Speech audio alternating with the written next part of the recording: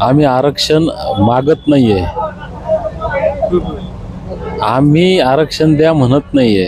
आणि मी शपथ घेतली आहे, माझ्याबरोबर हजारो बांधवांनी शपथ घेतली आता की हा माझ्या आयुष्यातील शेवटचा लढा असेल। देवेंद्र फडणवीस यांनी हे स्वतः कबूल केलंय, ते हुशार आहेत, माझ्यापेक्षा जास्त अभ्यास त्यांचा आहे, ते वकीलही आहेत। तिकडं नरेंद्र, इकडं देवेंद्र आहे। मी महाराष्ट्र कदाचित पहिला माणूस आहे की मी त्यांना म्हटलं तुम्ही मुख्यमंत्री होणार आहे, पण आम्हाला पर्याय नाही, आम्हाला यांना घरी पाठवायचं आणि तुम्हाला आणायचं। आम्ही तुम्हाला मतं देऊ फुकट, पण आम्ही जे फुकट मतं देऊ याची किंमत तुम्ही ठेवा। पण देवेंद्र फडणवीसनं किंमत ठेवली नाही अजून सुद्धा। 15 लाख जनसमुदायासमोर दिलं होतं, देवा भाऊ पाळा, धनगर समाज भोळा आहे, तुम्ही कबूल केलंय की राज्यात तुमची सत्ता, तुम्ही मुख्यमंत्री होण्यासाठी नुसतं धनगर जबाबदार नाही तर तुम्हाला आमदार करण्यासाठी सुद्धा धनगर जबाबदार आहे। नमस्कार, मी संतोष साबळे।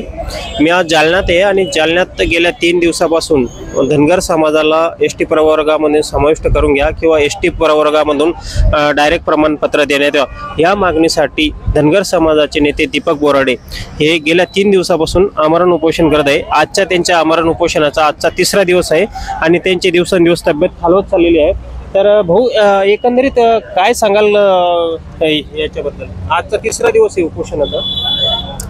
आमचे मुळात आम्ही आरक्षण मागत नाहीये, आम्ही आरक्षण द्या म्हणत नाहीये। जे बाबासाहेबांनी संविधानामध्ये दिलंय, परंतु काही लोकांनी ते र आणि डच्या घोळामध्ये अडवून ठेवलंय, बांधून ठेवलंय, त्याची अंमलबजावणी करा अशी म्हणतोय। म्हणून मराठवाडा मुक्ती संग्राम दिनापासून धनगर एस टी आरक्षणाच्या अंमलबजावणीचा मुक्ती संग्राम आम्ही या ठिकाणी लढतोय। आणि मी शपथ घेतली आहे, माझ्याबरोबर हजारो बांधवांनी शपथ घेतली आता की हा माझ्या आयुष्यातील शेवटचा लढा असेल, आरक्षणाचं हे आंदोलन माझ्या आयुष्यातील शेवटचं असेल। त्याच्यामुळे हे प्राणपणानं आम्ही लढू। त्याची कारणं आहेत, आम्ही ऑलरेडी ते एस टीच्या सूचीमध्ये 36 नंबरला आहोत। आत्ताचे मुख्यमंत्री देवेंद्र फडणवीस यांनी हे स्वतः कबूल केलंय, ते हुशार आहेत, माझ्यापेक्षा जास्त अभ्यास त्यांचा आहे, ते वकीलही आहेत। त्यांनी बारामतीमध्ये आमच्या बांधवांना सांगितलं होतं लाखोच्या जनसमुदायासमोर की आमची जर सत्ता आली तर आम्ही तुमचा आरक्षणाचा प्रश्न सोडवतो।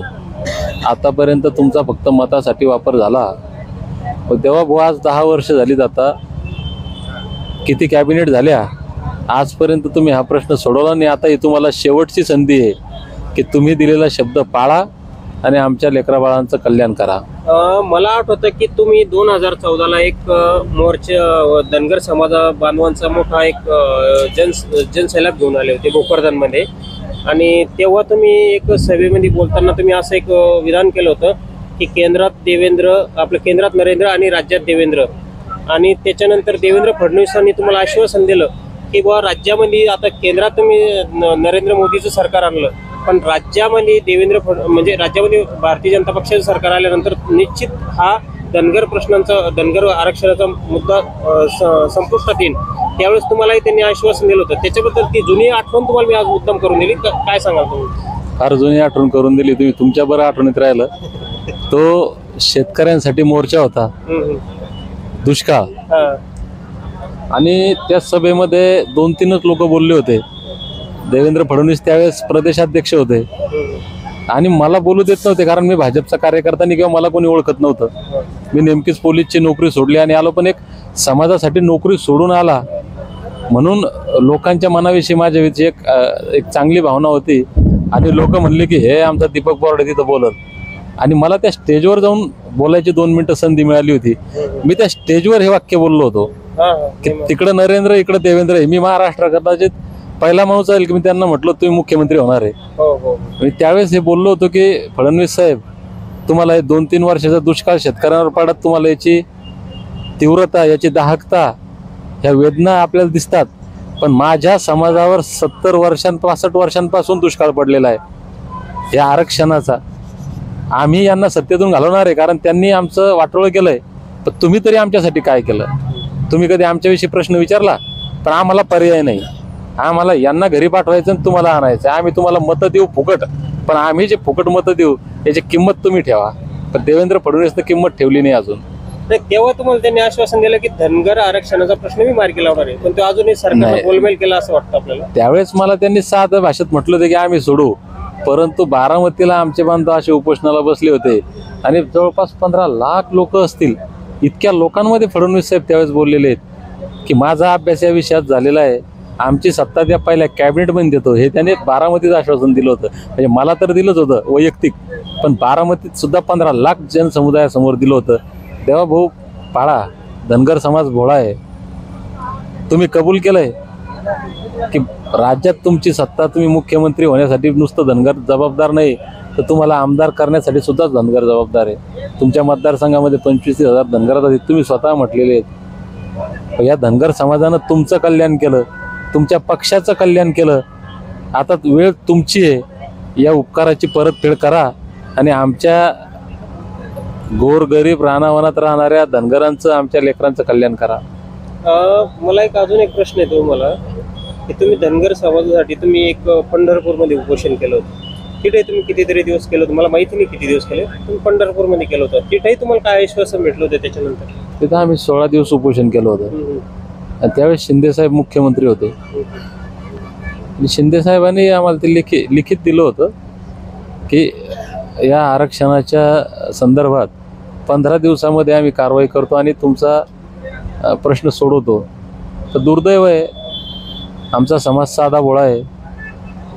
आमच्या समाजाला दुसऱ्यासाठी राबणं माहिती आहे, दुसऱ्या पक्षासाठी, दुसऱ्या नेत्यासाठी, समाजासाठी राबायला जरा समाज कमी पडतो आमचा.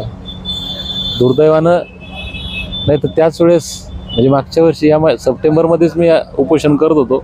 मागच्या वर्षी सप्टेंबरमध्येच तो प्रश्न सुटला असता, परंतु आता समाजाला आम्ही जागवतोय, पेटवतोय की बाबा हो, आता उठा आणि या बाहेर. अपेक्षा यावेळेस समाज थांबणार नाही आणि जर समाज थांबणार नाही तर मिळेल. मला एक पुन्हा अजून एक तुम्हाला एक प्रश्न विचारायचा आहे, आवर्जून विचारावं लागणार आहे, कारण की तो मलाच नाही अख्ख्या महाराष्ट्राला प्रश्न पडला आहे की धनगर समाजाचे नेते म्हणून विरोध असलेले लक्ष्मण हाके ते स्वतः सांगतात मी मेंढपाळाचा मुलगा आहे, पण ते आजपर्यंत तुमच्या उपोषणाकडे आले नाही किंवा धनगरांना एसटी आरक्षण भेटावं याच्याबद्दल उद्गार काढलेला कुठे दिसत नाही. तुम्हाला काय वाटतं? नाही, हाके सर आमचे सहकारी आहेत, जुने सहकारी आहेत. त्यांनी धनगरांसाठी मोर्चे आंदोलनं काढलेले आहेत. तर आता ते ओबीसीचा लढ लढतात सध्या आणि त्यांना जे योग्य वाटतं त्यांनी ते करावं. मला असं वाटलं की माझ्या समाजासाठी लढणारं कोणी नाही, माझा समाज सगळ्यांसाठी लढतो. आमचं वाटोळं झालं आहे, आमचं कोण कल्याण करणार, म्हणून मी हा एसटी आरक्षणाचा लढा हाती घेतला. तुम्ही पहिल्या दिवशी उपोषणाला बसले त्या दिवशी तुम्ही असं जाहीर केलं की आजपासून मी ओबीसीचा लढा थांबवलेला आहे, मी फक्त माझ्या धनगर समाजासाठी काम करणार आणि माझ्या धनगर समाजाला कसा न्याय देता येईल त्याचा प्रयत्न करणार. काय 2.5-3 कोटी धनगर समाज आहे, आम्ही ओबीसी मध्ये आहोत राज्यात, राजकीय आरक्षणात. आता ते वाचवणं गरजेचं काय आहे की ओबीसींना एक भीती आहे की आमचं घर तुटकं मुटकं झोपडं आहे आणि याच्यात जर मराठा समाजासारखा एक बाहुबली आला तर आमचं काय होईल. पहिलेच कमी आरक्षण आहे. खरं म्हणजे सरकारनं क्लिअर या गोष्टी केल्या पाहिजे, सरकार ते करत नाही. आता तो लढा ते लढतात, तिकडे लढणारे भरपूर आहेत, पण धनगरांसाठी लढणारं कोण नाही ना. 2.5-3 कोटी धनगर आहेत, यांचा लढा कोण लढायचा. म्हणून मला असं वाटतं आता हा लढा लढणं माझ्यासाठी आत्ताची गरज आहे, म्हणून मी या लढ्यामध्ये आलो. पण धनगर समाजाचे अनेक आमदार आहे, खासदार आहे, त्यांच्या काय भावना आहे? काही फोन वगैरे काही आले, त्यांचं काही पाठिंबा वगैरे काही झालं बोलणं? भावना आता धनगर म्हणून प्रत्येकाची भावना आहे आणि जे आमदार खासदार झाले ते सुद्धा या चळवळीतूनच खासदार झाले. हे आंदोलनं, मोर्चे, समाजाचे प्रश्न मांडूनच आमदार खासदार झाले. परंतु आता काही मर्यादा असतात. पक्षामध्ये एखादा माणूस ज्यावेळेस काम करतो, आता मी बोलतो का मला काहीच बंधनं नाही आहेत कोणत्या प्रकारचे, तर थोडेफार अडचणी असतात, पण शेवटी ते धनगरच आहेत आणि माझा लढा हा त्यांचाही लढा आहे. त्याच्यामुळं ते सगळे आमच्या सोबत असतील यात काही शंका नाही. मराठा समाजाला 17 सप्टेंबर पासून कुणबी नोंदीच्या आधारे सर्टिफिकेट देणे चालू झाले, याच्याबद्दल काय वाटतं आपल्याला? त्यांच्या नोंदी कुणबी म्हणजे त्यांचं अभिनंदन. खरं म्हणजे ज्यांच्या नोंदी आहेत आणि ते इतके वर्ष, तोही अन्याय झाला ना. म्हणजे मी जसं आम्ही म्हणतोय की बाबासाहेबांनी आम्हाला देऊन ठेवलं, बाबासाहेबांनी ओबीसीना 340 मध्ये दिलेलं, म्हणजे तरतूद केली. आरक्षण लागूनच झालं, ओबीसीचं आरक्षण लागू झालं 90च्या दशकामध्ये. पण एसटी हे बाबासाहेबांनी दिलेलं आहे, ते अडवून ठेवलं आमचं. मग त्याच पद्धतीने जे कुणबी आहेत मुळात, ते पहिल्या आयोगानं दिलंय, बीपी मंडल आयोगानं, VP सिंगांनी लागू केलं, तर तेव्हापासून ते ओबीसी मध्ये आहेत. पण आता ते त्याच्या नोंदी नाही सापडल्यामुळं, काही तांत्रिक अडचणीमुळे ते नव्हते, त्याच्यामुळे तोही त्याच्यावर अन्यायच होता. आता एक प्रकारे त्या नोंदी सापडल्या म्हणजे त्यांना न्याय मिळाला असं मला हरकत नाही. त्यांचं अभिनंदन. तर आपण पाहतो की हे होते दीपक बोराडे, जे धनगर समाजाचे नेते आहे, आणि ते पहिले एक सरकारी सेवेमध्ये होते, पोलीस खात्यामध्ये होते वाटतं, आहे ना, पोलीस खात्यामध्ये होते. पोलीस खात्याची नोकरी सोडून सनी त्यांनी अखंड धनगर समाजाची सेवा करण्यासाठी ही नोकरी सोडली. आत्ता ते मागाशी मला बोलत होते. तर त्यांचा आजचा उपोषणाचा 3रा दिवस आहे आणि धनगर समाजाला आरक्षण नाही तर डायरेक्ट प्रमाणपत्र द्यावं ही त्यांची मागणी आहे. आणि जर कधी ही मागणी सरकारनं मान्य नाही केली तर येणाऱ्या दिवसात ते तीव्र स्वरूपात असं आंदोलन करणार आहे. कडक उपोषण त्यांचं आता तर चालू आहे, पण आणखीन हे आंदोलन तीव्र होण्याची दाट शक्यता नाकारता येत नाही. लेट्सअप मराठीसाठी संतोष साबळे, जालना. सोशल मीडियाच्या भाऊ गर्दीत विश्वासार्हतेने चकाकणारे नाव म्हणजे लेट्सअप मराठी. सगळ्यांना, सगळ्या नागरिकांना ती स्पीच, ती लेट्सअप वरील मुलाखती म्हणजे विचारांचा खजिना. त्यानंतरच्या निवडणुकीमध्ये मला सोडून गेले. बातम्या केवळ वस्तुस्थिती सांगणाऱ्या, न प्रोपगंडा, फक्त जनतेचा अजेंडा. क्योंकि आने वाला कल जाने वाला है, जाने वाला कल आने वाला है. राजकारण, मनोरंजन असो की क्रीडा क्षेत्र, महाराष्ट्राची स्पंदने संवेदनशीलतेने टिपणारे माध्यम म्हणजे लेट्सअप मराठी. जगासोबत एक पाऊल पुढे राहण्यासाठी लेट्सअपचे ॲप, सोशल मीडिया आणि वेबसाईट सोबत कनेक्टेड रहा.